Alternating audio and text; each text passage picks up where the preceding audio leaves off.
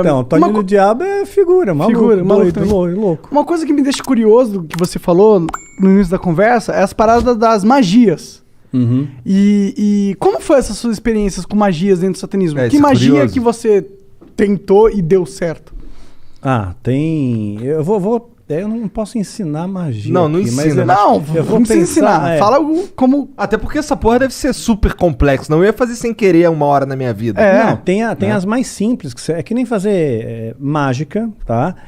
Mágica e magia, né? No começo você aprende a fazer um truque simples, de repente você está fazendo a pessoa levitar. Matar né? mesmo, os outros levitam. Eu duvido. Não levita. Tá. No truque, no ilusionismo. truque, tá. No ilusionismo, entendi. fazendo uma analogia Tá bom, aqui. tá bom. Então, no começo você aprende um troço truque de besta. carta, uma Aham. coisa de carta. Aí de repente você está fazendo alguém levitar. Entendi. Né? Então você Tipo, cresceu não dá ali, pra tu você ficar invisível. Não dá pra ficar invisível. Mas tem alguma Isso coisa sobrenatural realmente que você chegou a testemunhar? Ou algum ritual ou magia que promete algo que dizem que funciona, algo assim? Sim.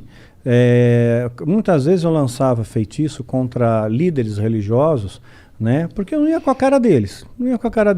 Eu considerava eles meus inimigos, né? Na minha cabeça, né? Eu já estava doutrinado ali. Então, acalhava da pessoa, de repente, eu lançava um feitiço, a pessoa ficava doente muito doente mesmo. Né? E a Bíblia diz que tem doenças que são causadas pelo diabo. Né? Então Jesus às vezes ele expulsava um demônio de uma pessoa, né? E aquele demônio estava causando uma doença naquela pessoa. Só que nem toda doença é do diabo, obviamente. Né? Então, se fosse assim, né? Para que medicina? Você vai para a igreja, todo mundo e pronto, resolveu o problema, está curado. Né? Então nem toda. E também nem sempre Deus cura. Né? Então, às vezes a pessoa tem uma doença, ela acha que é do diabo, pôs na cabeça dela que é do diabo e que ela tem que fazer, sei lá, uma libertação, uma quebra de vinho, quebra de maldição hereditária, aquela coisa toda. E não é uma doença natural e Deus não vai curar ela. Não vai, por mais fé que ela tenha, Deus não vai curar. Tem alguns caras na Bíblia mesmo que morreram de doença, né? Aquele cara... Eliseu, quem mais? Morreu da doença que ele tinha. Eliseu, ele recebeu a porção dobrada de Elias, que era o profeta, que era o cara, que era o top das galáxias, né? Que fez o sol parar. Né, pois é. Então... Caralho, tá manjando, hein? Sua mãe contou muitas coisas. Pois é. Então, você vê quanta coisa que tem. Eu espero então, que tenha sido Elias mesmo, não tenha falado merda. Então, Eliseu morreu da doença que ele tinha. O próprio Timóteo, Paulo escreve para Timóteo, olha, mistura um pouco de vinho na água aí, porque a água era muito alcalina, né, por causa do teu estômago e das tuas múltiplas enfermidades. Então ele era um menino podre, ele tinha um monte de doença, né, não foi curado. Um lenço de Paulo curava o enfermo, mas Paulo não pôde curar Timóteo, que ele considerava um filho, né. A Bíblia também fala de Trófimo, né, Paulo também fala, olha, deixei Trófimo doente lá em Mileto. Quer dizer, não curou Trófimo. Quer dizer, o cara já tem o nome de Trófimo. Imagina o bullying na escola. Né? E ainda continuou doente. Não adiantou Se fosse nada. a Trófimo, o cara ia ser o magrinho da galera. De atrofia. Desculpa. Tentei. Só vamos lá, Daniel. Só continua aí falando. Desculpa aí. Foi mal, cancela o Monark. Baixo assinado, tira o Monark. Doenças causava doença, às vezes causava um acidente, poderia ser uma coincidência. Mas não tem nenhuma, claro, é exatamente esse o ponto. Não Poderia tem nada ser, aqui assim que, tipo, mas é que realiza magia e você vê sobrenaturalidade instantânea na sua frente e olhos nus. Bom, olhos nus eu vi a presença de um demônio se materializando na minha frente, e eu estava sóbrio. Né? Duvido. Como é que é um demônio? Pois é, a ideia que nós temos de demônio, né, é chifre, escamas, né, rabinho, rabo, fogo, né, saindo pelos orifícios, né, o diabo todo vermelhão, né, saindo da sauna, assim. Que erótico. Pois é, né? Então, mas não, né, é um ser que parece, que aparecia para mim, o Abraxas, que apareceu para mim algumas vezes, ele tinha um formato semelhante, tá? Semelhante. Não consigo descrever isso aí em poucas palavras. Você tem filho, você deve ter assistido Como Treinar o Seu Dragão. Sabe o Banguela? Então, mais ou menos parecido com o Banguela. Parecido com o Banguela. Mas tinha um olhar assim, né? O olhar que pegava era um olhar muito profundo, era como se não tivesse olhos, era como se fosse um buraco. né? Fosse um buraco que te hipnotizava aquilo ali, né? Porra, e você tu não sentia ficou com uma... cagaço quando tu viu pela primeira vez, não? Não, eu fiquei orgulhoso, porque ele atendeu meu pedido, né? Porque eu invoquei, eu Cara, fiz a tu invocação... chamou o cara, meu? Né? Eu fiz a invocação, né? E ele veio. Então, quer dizer, eu me senti muito orgulhoso, Dá muito pra tu fazer a prestigiado. invocação e ele não vir? Porque ele não tá afim? Poderia acontecer. Como que é uma invocação de um demônio? Não precisa dar detalhe, mas tipo... É complexa. Tem bastante detalhe. Detalhe. E muitos materiais, Muitos materiais. Materiais raros? Alguns raros. Entendi. Alguns raros. Não sei. Então é um ritualzinho de pelo menos aí umas 3 horas, 4 horas. De ritual rolando, não é de preparação. Não, de ritual rolando pra ter invocação em si. Entendi, caralho. E aí ele se materializa, tipo, ele só aparece? Ele falou alguma coisa com você? Tipo, dá pra encostar nele? Dá pra encostar, são criaturas frias, geladas. Frio, completamente frio. E o que ele falava? Mas você vê, anjo se materializou na Bíblia. Anjo se materializou. Comeu. Né? Anjos comeram na Bíblia, então estavam bem materializados. Né? Então, se demônios são anjos caídos, eles também podem se materializar, só que em circunstâncias ritualísticas. Por exemplo, um demônio não pode se materializar aqui. Né? Um anjo poderia, Deus poderia permitir que um anjo viesse aqui, mas um demônio não.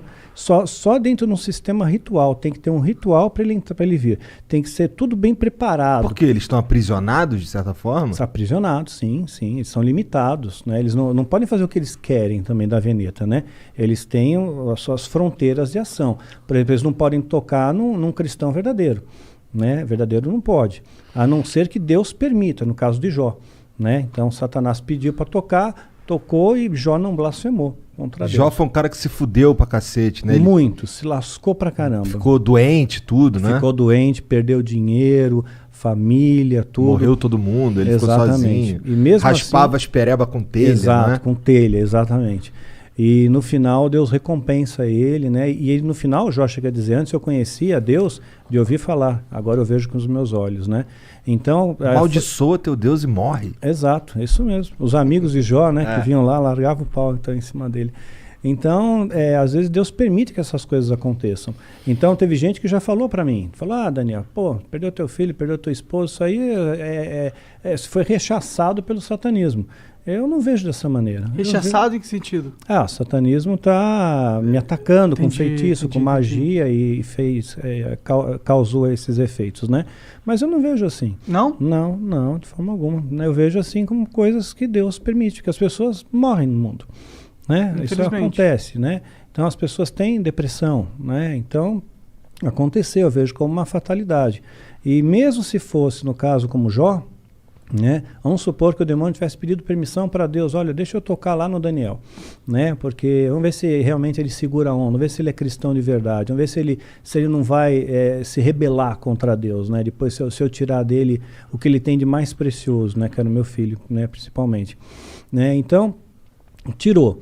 Aí eu nunca me rebelei, nunca questionei a Deus, nunca briguei com Deus, né? Eu sempre costumo fazer a oração que Jesus nos ensinou como modelo do Pai Nosso, né? E dentro dessa oração está escrito, olha, Pai, seja feita a tua vontade, assim na terra como no céu. Né? E essa é a minha oração, seja feita a sua vontade, não é a minha, é a tua. Se a tua vontade é essa, que a minha esposa partisse naquele dia, dia 30 de maio, pronto, é 30 de maio, é o dia que Deus escolheu. Né? Então eu descanso nele, ok? E tudo tem que ter um propósito, porque eu escapei da morte 2 vezes. Né? Então por 2 vezes escapei da morte. Então, olha, eu diria que 3, se contar da vez que reagiu a arma lá do cara. Se contar nessa 3, porque ali 2 vezes, né? Então, assim que eu vi a morte de perto, né? Você sente o cheiro da morte de perto, né? E então, quer dizer, se eu não fui, é porque tem algum propósito aqui ainda, tem alguma coisa ainda para fazer aqui.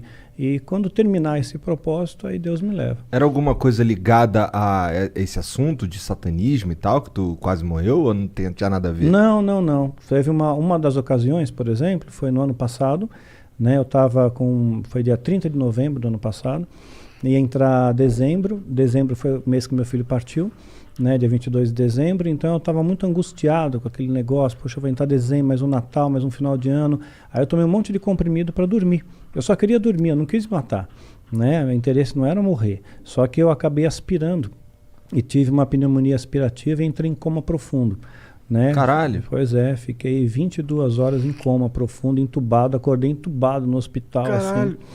Então ali Você foi você dormir sente- na tua cama e acordou entubado. Acordei entubado. Né? E é muito horrível, meu, você acordar com um tubo na boca. Deve ser, cara. Não, Deve ser é inde- assustador em primeiro lugar. Indescritível, indescritível. É, porque até o momento eu acho que você tava só dormindo.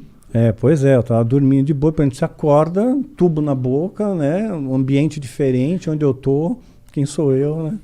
Que doideira. É. Mas, tá. Pra que tu chamou o Abraxas, cara?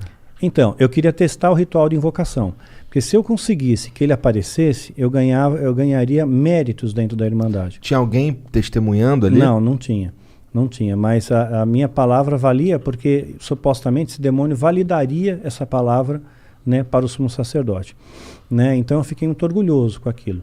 Então a primeira coisa que eu perguntei para ele, né, eu toquei, para ver se era real, né, gelado, frio, né, e me olhava fixamente nos olhos, né, mas eu não conseguia olhar por muito tempo, né.